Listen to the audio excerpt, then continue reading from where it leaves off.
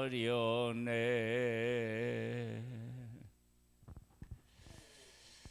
마가복음 6장 말씀을 보겠습니다. 마가복음 6장입니다.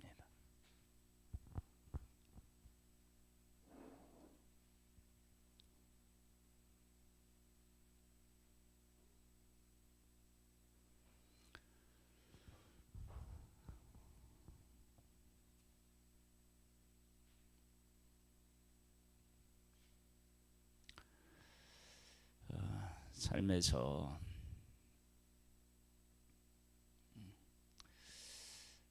중요한 것과 중요하지 않는 것을 구분하는 일은 대단히 중요한데요. 복음이라고 하는 것은 생명이고, 복음이라고 하는 것은 우리의 삶에 있어서 가장 중요하죠. 그런데 이 복음을 사람들이 깨닫지 못하고 복음에 대하여서 관심조차 두지 않으려고 하는 그런 사람들, 그런 내용들을,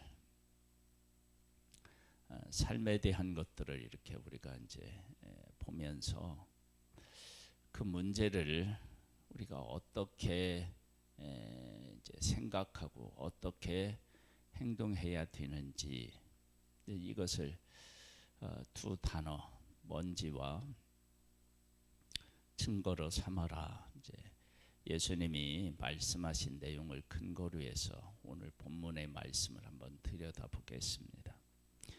예수께서 거기를 떠나서 고향으로 가시니 제자들도 따르니라. 안식일이 되어 회당에서 가르치시니 많은 사람이 듣고 놀라 이르되, 이 사람이 어디서 이런 것을 얻었느냐? 이 사람이 받은 지혜와 그 손으로 이루어지는 이런 권능이 어찌 됨이냐? 이 사람이 마리아의 아들 목수가 아니냐? 야고보와 요셉과 유다와 시몬의 형제가 아니냐? 그 누이들이 우리와 함께 여기 있지 아니하냐 하고 예수를 배척한지라. 고향에 있는 사람들은 예수님이 자라는 그 모든 과정을 지켜보았겠죠. 그러면서 자기들하고 특별히 다르지 않다. 그런데 어느 날 완전히 다른 존재로 나타났다.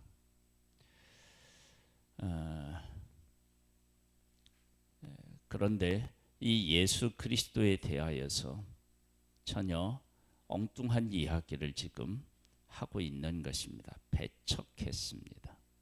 그 일에 대해서 예수님이 이렇게 말씀하셨어요. 예수께서 그들에게 이르시되, 선지자가 자기 고향과 자기 친척과 자기 집 외에는 존경을 받지 못함이 없느니라 하시며, 거기서는 아무 권능도 행하실 수 없어 다만 소수의 병자에게 안수하여 고치실 뿐이었고, 그들이 믿지 않음을 이상히 여기셨더라.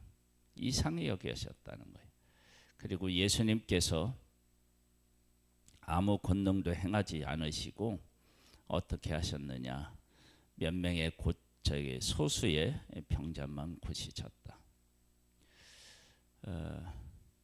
그들에게 어떤 것을 주어도 그것을 진실되게 받아들일 그런 마음의 자세가 안 돼 있었음을 알 수 있습니다.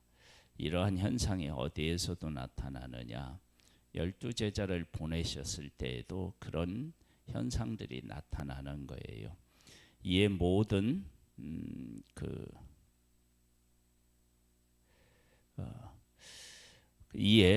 모든 촌에 두루 다니시며 가르치시더라. 12제자를 부르사 둘씩 보내시며 더러운 귀신을 제어하는 권능을 주시고 명하시되, 여행을 위하여 지팡이 위에는 양식이나 배낭이나 전대의 돈이나 아무것도 가지지 말며 신만 신고 두 벌 옷도 입지 말라 하시니.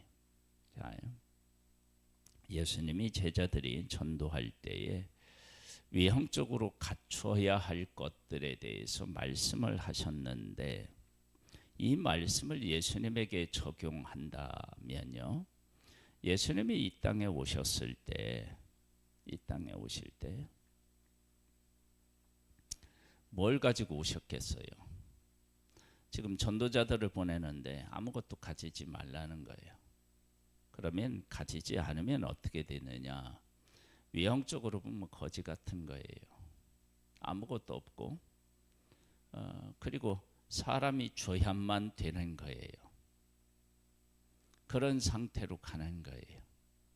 그런데 그들이 그렇게 가는 것은 하나님만 의지하고 하나님만 전하겠다, 복음만 전하겠다 라고 하는 것에서 이런 것들이 이렇게 하는 것인데, 사람들은 거지처럼 우리가 주지 않으면 아무것도 없는 그런 사람들로 보는 거예요. 예수님도 그런 거예요. 이 땅에 오셨을 때 좀 잘난 집안에서 왔다 그랬다면 고향에 있는 사람들이 예수님을 이렇게 대할 수 있었겠어요? 아니겠죠. 그러니까 똑같은 기준을 가지고 제자들에게 복음을 전할 것을 이야기하는 거예요. 우리가 복음을 전하는 데 있어서 참 이 지금 상황을 수용하고 받아들이고 그 가운데서 복음을 전하는 것을 정말 우리가 소중하게 여기고 복음 외에는 없다라고 하는 절대적 가치를 가지고 전하면 이게 맞는데, 그렇지 않은 경우에는 이것이 아니라고 생각할 수 있어요. 많은 경우 그렇습니다. 그래서 우리가 복음이라고 하는 가치를 절대적인 가치로 여기면 상황은 그렇게 중요하지 않습니다.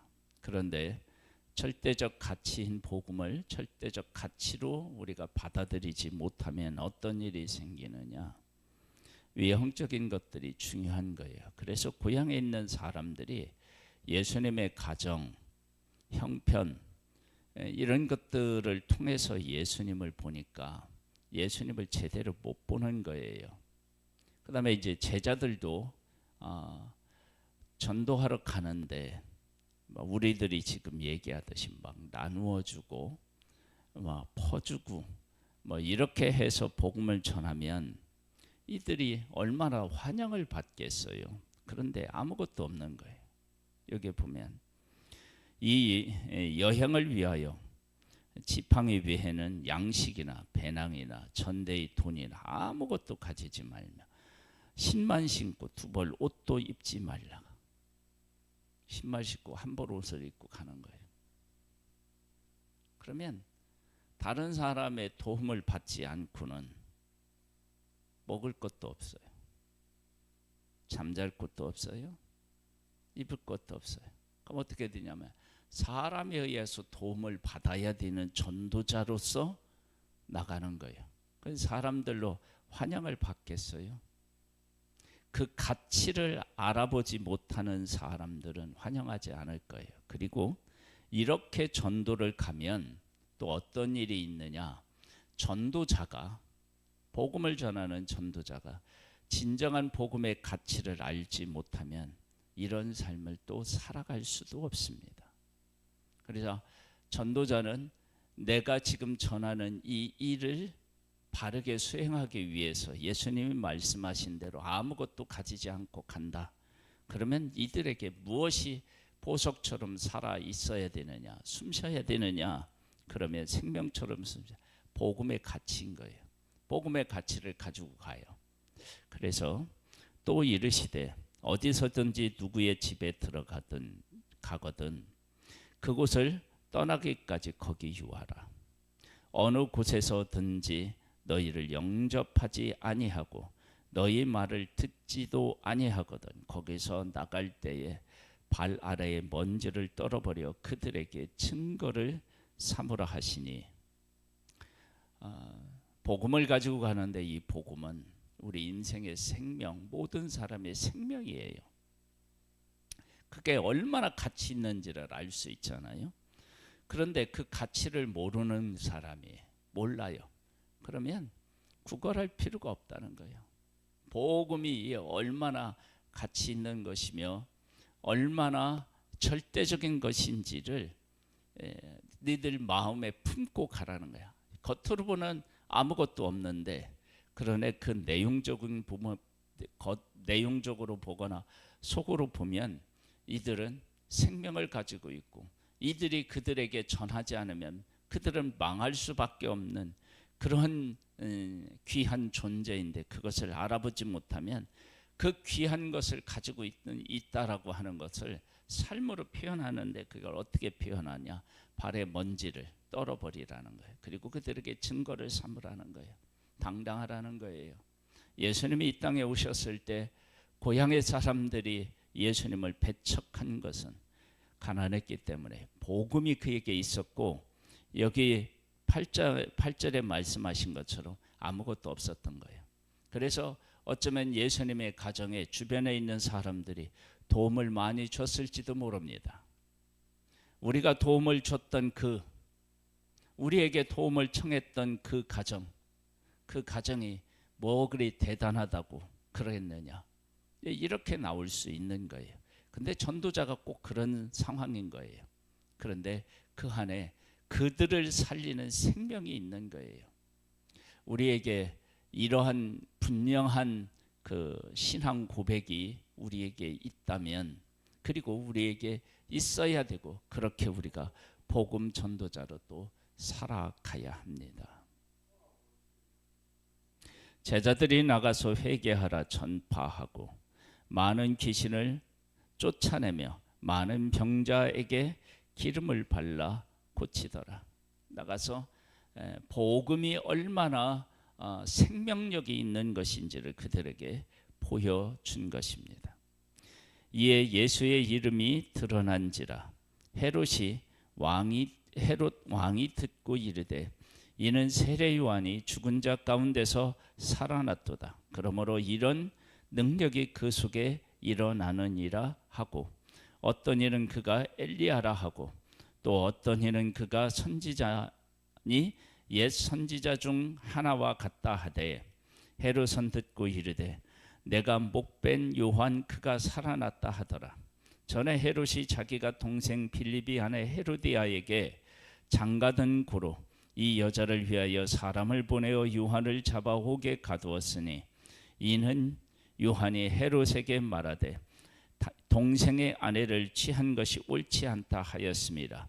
헤로디아가 요한을 원수로 여겨 죽이고자 하였으되 하지 못한 것은 헤롯이 요한을 의롭고 거룩한 사람으로 알고 두려워하여 보호하며 또 그의 말을 들을 때에 크게 번민을 하면서도 달갑게 들음이러라. 마침 기회가 좋은 날이 왔으니 곧 헤롯이 자기 생일에 대신들과 천부장들과 갈릴리의 귀인들로 더불어 잔치할세. 헤로디아의 딸이 친히 들어와 춤을 추어 헤롯과 그와 함께 앉은 자들을 기쁘게 한지라. 왕이 그 소녀에게 이르되 무엇이든지 네가 원하는 것을 내게 구하라 내가 주리라 하고, 또 맹세하기를 무엇이든지 네가 내게 구하면 내 나라의 절반까지라도 주리라 하거늘. 그가 나가서 그 어머니에게 말하되 내가 무엇을 구하리이까? 그 어머니가 이르되 세례 요한의 머리를 구하라 하니, 그가 곧 왕에게 급히 들어가 구하여 이르되 세례 요한의 머리를 소반에 얹어 곧 내게 주기를 원하옵나이다 하니, 왕이 심히 근심하나 자기가 맹세한 것과 그 앉은 자들로 인하여 그를 거절할 수 없는지라. 왕이 곧 시병 하나를 보내어 요한의 머리를 가져오라 명하니, 그 사람이 나가 옥에서 요한의 목 베어 그 머리를 소반에 얹어다가 소녀에게 주니 소녀가 이것을 그 어머니에게 주니라. 요한의 제자들이 듣고 와서 시체를 가져다가 장사하니라. 세례 요한은 예수님의 길을 예비한 사람이에요. 얼마나 소중한 일을 했는지 모릅니다. 그런데 그의 최후를 보면 참 허무하다 할 만큼 그렇게 죽습니다. 주님을 위해서 살아가는 삶이 이렇게 마감되는 것처럼 보일 수 있습니다. 그러나 예수님은 세례 요한을 여인이 낳은 자 중에서 가장 큰 자다라고 말씀하셨습니다. 우리는 결론이 좋아야 된다고 얘기합니다. 그 결론이라고 하는 것이 어떤 기준으로 결론이냐 이겁니다. 지금 여기 보면 제자들은요 쫓겨났어요. 결론이 쫓겨났어요. 그러니까 쫓아낸 사람들 입장에서 보면 제자들이 아무것도 아닌 거예요. 예수님 십자가에 못 박혀 죽였어요. 누구의 손에 의해요? 권력을 가지고 있는 사람들, 힘 있는 사람에 의해서 죽었어요. 그리고 예수님이 부활하셨음에도 불구하고 그들의 협박에 위협에 굴복하여서 예수 그리스도에 대해서 제대로 고백하지도 못했어요. 세례 요한도 마찬가지예요. 주의 길을 예비했는데 목 베어 죽임을 당했어요. 누가 승리한 것 같아요? 그럴 때 전도자는 뭐라고 얘기해요? 어떻게 하라고 하느냐? 먼지를 떨어버리라는 거예요. 쫓아내는데 쫓겨나면서 먼지를 떨어버리면 그들에게 증거하라는 거예요.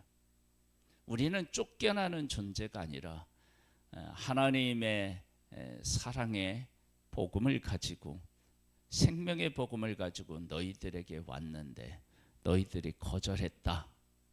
그것을 이 신발의 먼지를 떨어버리는 것으로 증거를 삼으라고 말씀하십니다. 우리가 이러한 그 복음에 대한 가치를 바르게 알고 고백하는 전도자가 되어야 될 줄로 믿습니다.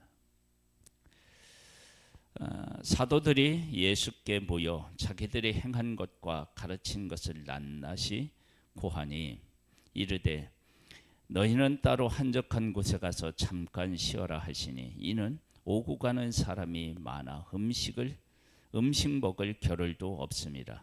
이에 배를 타고 따로 한적한 곳에 갈새 그들이 가는 것을 보고 많은 사람이 그들인 줄 안지라.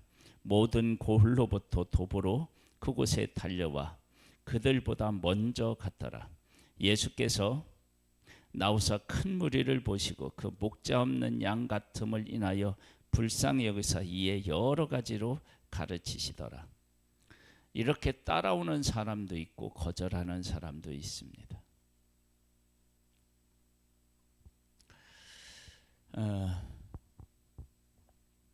예수님은 우리의 그 육신적인 필요를 예수님은 채워 주십니다. 이제 나와요. 채워 주시는 내용들이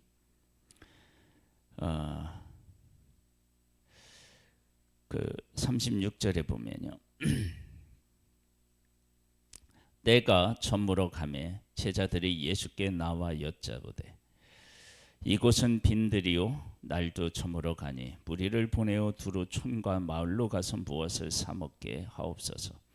대답하여 이르시되 너희가 먹을 것을 주라 하시니 여짜오되 우리가 가서 200데나리온의 떡을 사다 먹이리이까.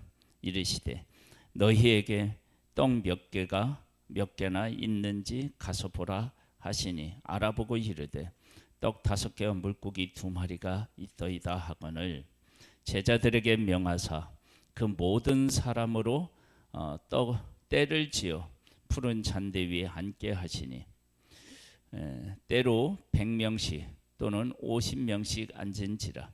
예수께서 떡 5개와 물고기 2마리를 가지사 하늘을 우러러 축사하시고 떡을 떼어 제자들에게 주어 사람들에게 나누어 주게 하시고 또 물고기 2마리도 모든 사람에게 나누심에 다 배불리 먹고 남은 떡 조각과 그 물고기를 12바구니에 차게 거두었으며 떡을 먹은 남자는 5,000명이었더라.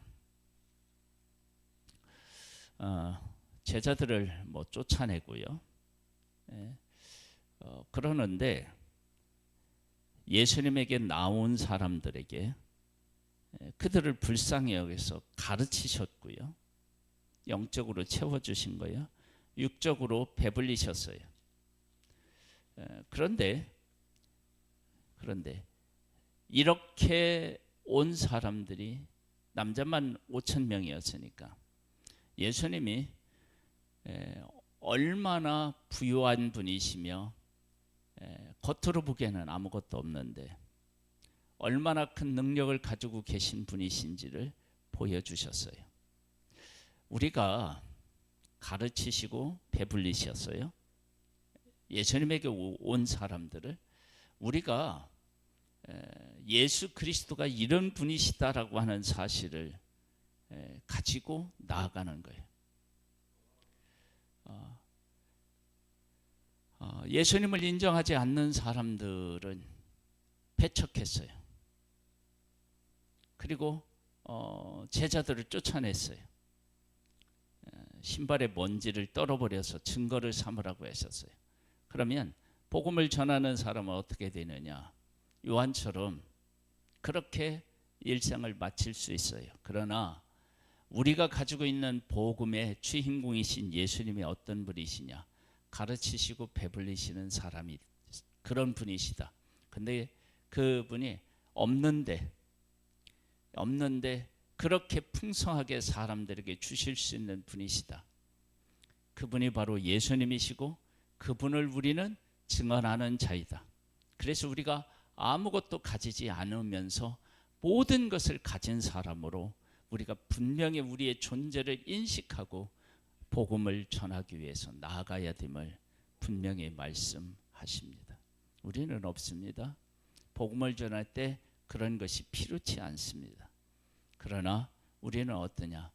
가르치시고 그리고 배불리시는 그분이 우리와 함께 계시기 때문에 우리는 가르쳐야 되고 그리고 우리가 그 많은 사람들을 먹일 수 있는 그러한 예수 그리스도와 함께 한다는 사실을 깨달아 알고 당당해야 됩니다. 그래서 발에 신발에 먼지를 떨어버리고 증거를 삼으라 한 것은 우리가 주인공이다라고 하는 것을 분명히 하고 계신 것입니다.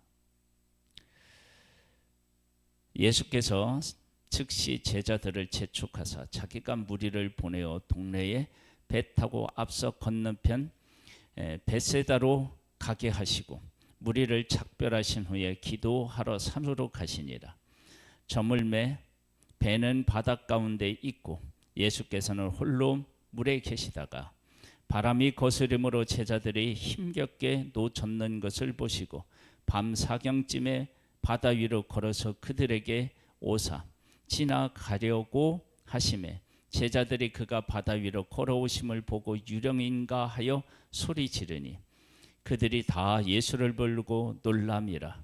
이에 예수께서 곧 그들에게 말씀하여 이르시되 안심하라 내니 두려워하지 말라 하시고 배에 올라 그들에게 가시니 바람이 그치는지라.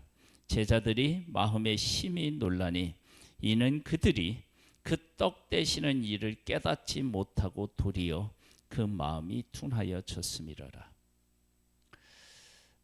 예수님이 누군지를 알면 떡 떼는 일이나 바다 위를 걸어서 오시는 거나 잔잔케 하시는 일이나 이게 다 똑같은 거예요.